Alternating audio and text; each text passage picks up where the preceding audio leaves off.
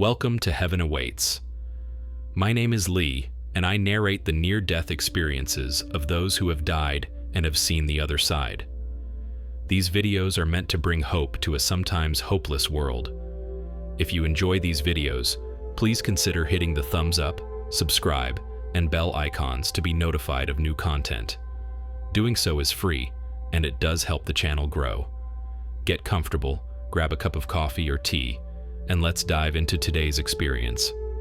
She helped me slide onto the operating table and gave me a motherly look.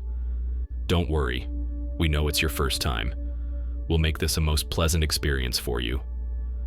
With those reassuring words, I drifted off to sleep. I awakened and found myself floating above my body, off to the right side, looking down, watching the attempts of the medical team trying to revive the lifeless form below. I viewed the scene with detachment. The surgical team was frantic. The color red was everywhere, splattered on their gowns, splattered on the floor, and a bright pool of a flowing red substance in the now wide-open abdominal cavity. At that moment, I didn't make the connection that the body being worked on was my own. It didn't matter anyway. I was in a state of floating freedom, experiencing no pain and having a great time.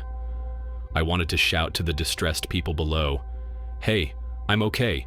It's fantastic up here." But they were so intent on their work, I didn't want to interrupt their efforts. I had traveled to another realm of total and absolute peace. With no physical body, my movement was unencumbered. Thought was the avenue for travel. I floated up through blackness, where there was no fear, no pain, no misunderstandings, but instead, a sense of well-being. I was enveloped by total bliss in an atmosphere of unconditional love and acceptance. The darkness was warm and soft, a blanket of velvety love, stretching endlessly.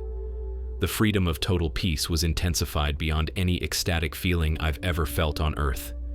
In the distance, a horizon of glorious white, golden light beckoned me forward. As the brilliance increased and the encompassing rays stretched to meet me, I felt that time, as we know it, was non-existent.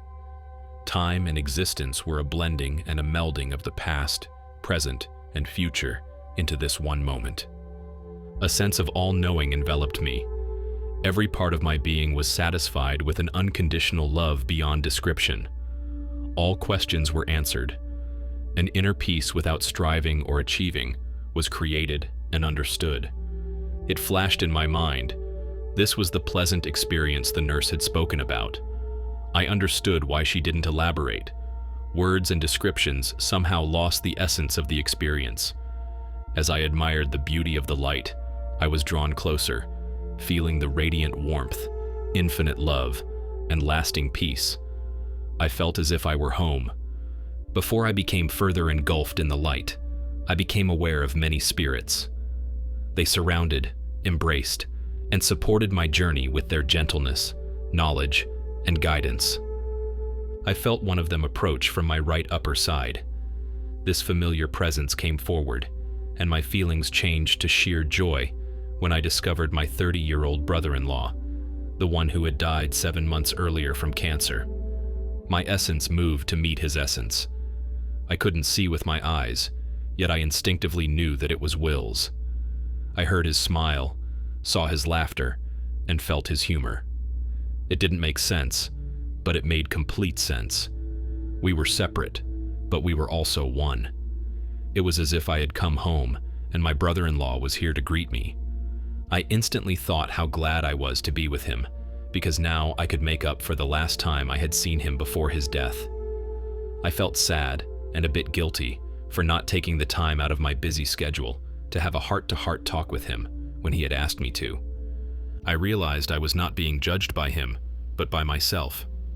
I was in his position, dying, wanting to say goodbye to those I loved, and then meeting people like myself not getting it.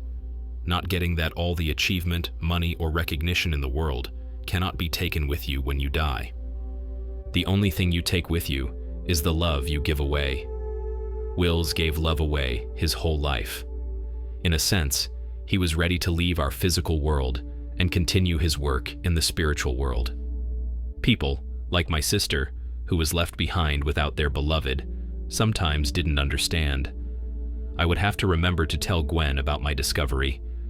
The ones who depart are in a loving space with much guidance, understanding, and purpose. Their wish upon departure is not to bring sorrow and grief to others, but to honor the divine plan. It is their time for transition, for the continued development of their soul. Many times, the departed loved one will work in ways to help, serve, and guide others. Wills's gentle guidance allowed me to view my innocence. I understood instantly that life was about people, not pursuits. I was putting pursuits first as a means to seek approval and love from people. Once I understood, I forgave myself for my actions, and in the act of forgiving, I received the love in abundance. By giving love, one receives and experiences tremendous love from the universe. Will's was like the spirit of Christmas past. By reviewing my past, I was brought to new places of discovery within myself. Many events were shown simultaneously. I recalled 2 examples. When I was 5 years old, I teased Tammy Fowler, another 5-year-old girl, to the point of tears. I was now in a unique position to feel what Tammy felt. Her frustration, her tears, and her feelings of separateness were now my feelings. I felt a tremendous amount of compassion for this child. I was Tammy and needed love, nurturing, and forgiveness. My essence gave love to both of us, a love so deep and tender, like the love between a mother and child. I realized by hurting another, I was only hurting myself. Again, I was experiencing oneness. The next incident was similar. I had made fun of Billy Bradley, a scrawny, malnourished, asthmatic kid. He died when he was 17 years old from a cerebral aneurysm. He seemed to be in the realm of existence I was in. Yet still, I was not sure where I was. When Billy was 12, he had written me a love letter that I rejected. I was experiencing his pain, which became my pain. At the same time, I felt a tremendous amount of love for this boy and myself. My contact with him went beyond the physical, and I felt his soul. He had a vibrant, bright light burning inside of him. Feeling his spirit's strength and vitality was an inconceivable moment, especially knowing how much he physically suffered when he was alive. The message was clear.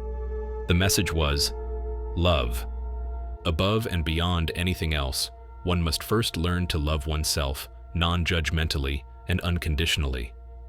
Then one will love all people and all things the same way. I realized how important people were in life, and how important it was to accept them and love them. And I finally understood the old Mohegan Indian saying I had heard when I was in Girl Scouts: never judge another squaw until you have walked a mile in her moccasins. As I reviewed my life with Will's, my judgment prevailed, and I remember thinking, I've done worse things in my life. My question was answered before I finished my thought. All events in your life are significant. To bring an understanding of all things, even the experiences which you consider insignificant, will bring you to places of great awareness and compassion. By the time my review was finished, I understood. I was aware of an almost cathartic release. I experienced emotion without the physical signs of tears. It brought me to a deep place of understanding and compassion. I never took the time to think about how my actions affected others or how I treated myself. I felt grieving for all my unconscious actions. With awareness of my unaware state, I released all the grief I had ever caused and joyfully moved into forgiveness. Other thoughts were conveyed, and I remember thinking, wow, now I get it. Everything about our existence finally makes sense. I had more questions for Wills. The transference of information was immense and reassuring. He kept saying, all is known. You have simply forgotten. I didn't feel like I knew anything, yet there was a place in me that knew everything. I asked Wills if I could stay. He said, it's not your time yet. There's been a mistake. You have to go back. I remember thinking, okay, I'll go back, but I can get back up here. At that same instant, his thoughts were mine. You can't take your own life. Suicide, for you, isn't the answer. That won't do it. You have to go back and live your life's purpose. I responded, I understand, but I don't want to go back. Wills's thought came to me again. It's okay. We're not going anywhere. We'll be here for you again. His last communication was, tell your sister, I'm fine. With those final thoughts, I felt myself going back, dropping downward through the darkness. I was not afraid. Instantly, I felt myself slam into my body. That does it for Laurelyn's experience. Do you think what Wills told her about suicide is true for all? Tell me what you guys thought about her experience in the comment section below. Until the next video, be blessed.